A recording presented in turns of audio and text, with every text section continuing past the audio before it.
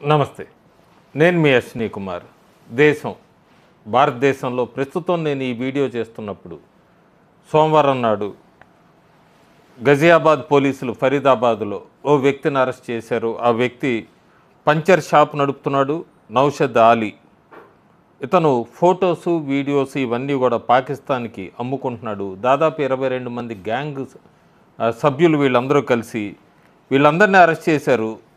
వీళ్ళ ఫోటోలు తీసి పాకిస్తాన్కి పంపించినందుకు స్పయింగ్ ఒక్కొక్క ఫోటోకి 4 నుంచి 6,000 రూపాయలు పాకిస్తాన్ వీళ్ళకి ఇస్తోంది. ఇంకో చోట అస్సాంలో ఒక civilian employee Indian air force సంబంధించిన వ్యక్తిని అరెస్ట్ చేశారు. ఎందుకంటే మిలిటరీ ఇన్ఫర్మేషన్ని పాకిస్తాన్ హ్యాండ్లర్స్కి వీళ్ళందరికీ కూడా ఇన్ఫర్మేషన్ అందిస్తున్నాడని. ఇంకొక కేసు ఎఫ్ఐఆర్ ఫైల్ అయింది హోటల్ మిస్త్రీ మౌంటైన్స్ పహల్గామ్లో. ఎందుకంటే ఆ స్టార్ హోటల్లో 23 మంది ఫారిన్ నేషనల్స్ని, అందులో 19 మంది బ్రిటిష్ సిటిజన్స్ వీళ్ళందరినీ కూడా ఉంచినందుకు ఫారినర్స్ అండ్ ఇమ్మిగ్రేషన్ యాక్ట్ 2025 ప్రకారం వాళ్ళ మీద కేసు ఫైల్ అయింది.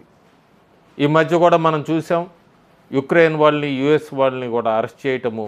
మయన్మార్లో భారతదేశాన్ని ఎట్లాగైనా సరే డీస్టెబిలైజ్ అస్థిరపరచాలి.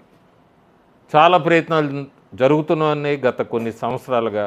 వీటన్నిటినీ తట్టుకొని నిలబడి 2014 నుంచి ఇటు భారతదేశంలో అంతర్గత శత్రువుల్ని ఇట్లాగే విదేశీ కుట్రల్ని వీళ్ళంతా తిప్పి కొడుతూ ముందుకు వెళ్తున్న ఒక యోధుడు. ఆ యోధుడు ఎట్లా అంటే డిప్లొమసీ రాజు అని కూడా చెప్పచ్చు.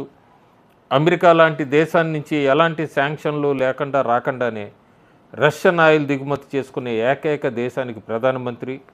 ఇజ్రాయెల్తో డ్రోన్లు మరియు రక్షణ సామాగ్రి తయారీ, అన్ని గల్ఫ్ దేశాలకి ఆహార సామాగ్రి పంపడం వరకు భారతదేశాన్ని ఎదిగించిన వ్యక్తి. కొచ్చిలో ఇరాన్ యుద్ధ నౌకను రక్షించి ఇరానియన్ నావికులను ఆశ్రయం ఇవ్వటం, అమెరికాలో ఆయిల్ రిఫైనరీ నిర్మాణం, ఇరాన్తో చర్చలు జరిపి భారత్కు వెళ్లే ఓడలు హార్మోజ్ జలసంధి గుండా సురక్షితంగా ప్రయాణించేలా చేయటం, బంగ్లాదేశ్, భూటాన్, మాల్దీవులు, శ్రీలంకలకి ఆయిల్ సహాయం చేసే వరకు భారతదేశాన్ని ముందుకు రావటం, బ్యాలెన్సింగ్ సమతుల్యం America, Russia, Gulf, Iran, Israel మరియు సార్క్. ఇట్లా అద్భుతమైన డిప్లొమసీ ముందుకు తీసుకెళ్తున్నాడు భారతదేశాన్ని ఆయన నాయకుడు, యోధుడు. చాలా చూశారు ఆయన ప్రధానమంత్రిగా ఉన్నప్పుడు. మనం క్యాష్ బ్యాన్ నుంచి డిజిటల్ బూమ్ దాకా, లాక్డౌన్స్ నుంచి మూన్ ల్యాండింగ్ దాకా, అట్లాగే వార్స్ నుంచి విక్టరీస్ దాకా ఈ జనరేషన్ అంతా కూడా చూస్తోంది ఆయన నాయకత్వంలో. నేను చెప్తున్న వ్యక్తి, మాట్లాడుతున్న వ్యక్తి భారతదేశ ప్రధానమంత్రి నరేంద్ర మోడీ గురించి. నరేంద్ర మోడీ ముఖ్యమంత్రి, ప్రధానమంత్రిగా ఏదైనా ప్రభుత్వ ఉద్యోగిగా మొత్తం 8,931 రోజులు పూర్తి చేసి కొత్త మైలురాయి భారతదేశంలో ఒక కొత్త రికార్డును స్థాపించారు. 4 సార్లు ముఖ్యమంత్రి పదవి గుజరాత్కి, 3 సార్లు ప్రధానమంత్రి భారతదేశానికి.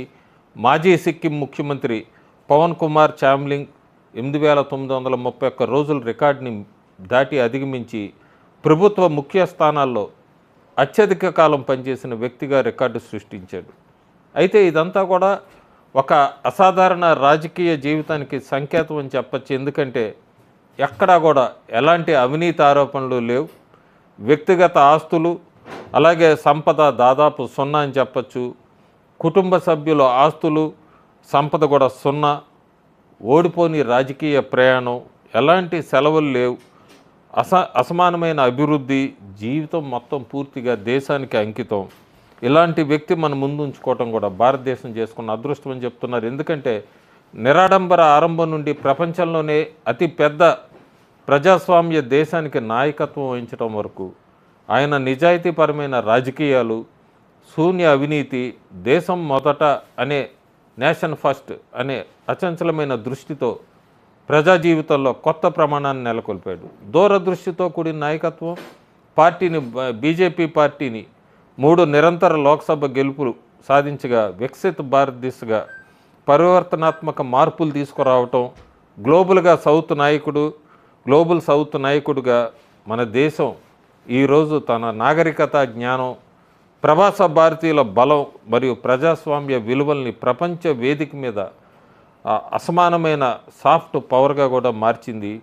ఈయన అధ్యక్షతన భారతదేశ ప్రధానమంత్రి నరేంద్ర మోడీ 8,931 రోజుల ప్రయాణం కేవలం ఒక రికార్డు మాత్రమే కాదు, అది మన గొప్ప దేశంలో దేశ సేవలో స్థిరత్వం, నిజాయితీ మరియు అవిరామ నిబద్ధతకు జీవించే హామీ. అందుకే భారతదేశ ప్రజలందరూ కూడా ఆయనకి ఆరోగ్యం, దీర్ఘాయుష్యు కలగాలని, శతమానం భవతి అని భారతదేశ ప్రజలందరూ కూడా కోరుకుంటున్నారు. Thank you.